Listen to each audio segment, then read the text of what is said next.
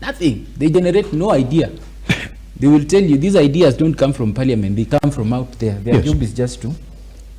Because they are ghost workers, they have no idea what is happening. So they are reactive. They have to wait until someone is dead.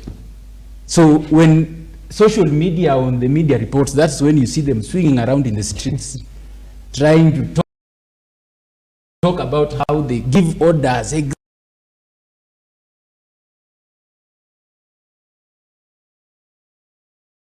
executive order, executive vote. That is nonsense.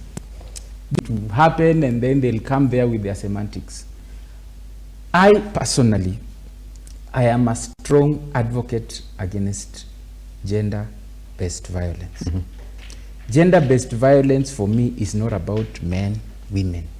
Both humans, by our natural creation, are equal. I'm not a very religious man, but I believe we are equal before God.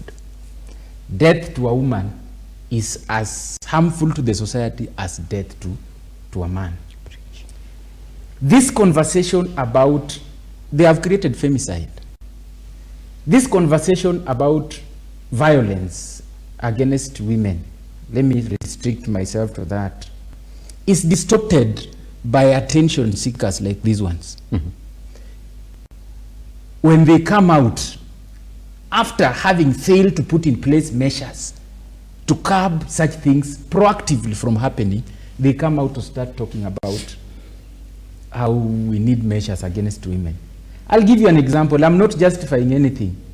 As a person, I believe in having conversation about stopping violence against every human being. And that's why, you know, we have a very funny society. When a man dies in the same line of, same circumstances, you hear another soldier has fallen in the line of duty. And people will joke about it like it never happened. But when it's a woman, you will see people demonstrating, people even almost walking naked. Everywhere, things coming to a standstill. I'm not justifying violence against women. What I'm telling feminists that are distorting this conversation is that it makes sense, even to the men who are considered monsters that bring that violence, for us to have a conversation around how we can protect the society. If you want the society to be safe, don't focus on the victims. Don't tell the prey to stay safe in the forest. Don't tell them they will never be at peace. Have a conversation with the predators also.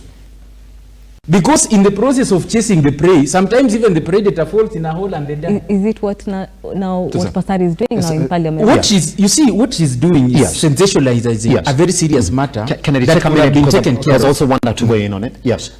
She's sensationalizing, she's approaching the matter in a, because when you're saying we want an executive order, how many executive orders have been given? What I am saying is, as a society, we know where the problem is. Can't we have a wholesome, can't we diffuse, can we have a conversation about these issues, not from a gender perspective, but from a human perspective, where we are saying that woman is your daughter, that woman is your mother, your sister, that man, whether he's a monster or not, is your father, is your brother. So that as we are having this conversation, we need to find a way of bringing these people together. That's it. But guess what? Why it's important that we're talking about Esther Passaris this morning. You did see during those marches in the CBD when she was heckled and asked, what are you doing here with us?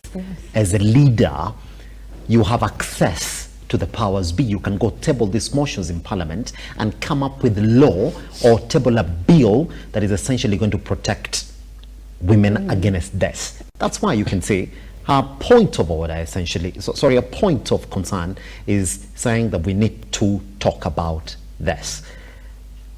Good? Yeah. We need to talk about this at all spaces. And like he said, to quote him, he said, when a man happens to die in those circumstances, it is that notion that we women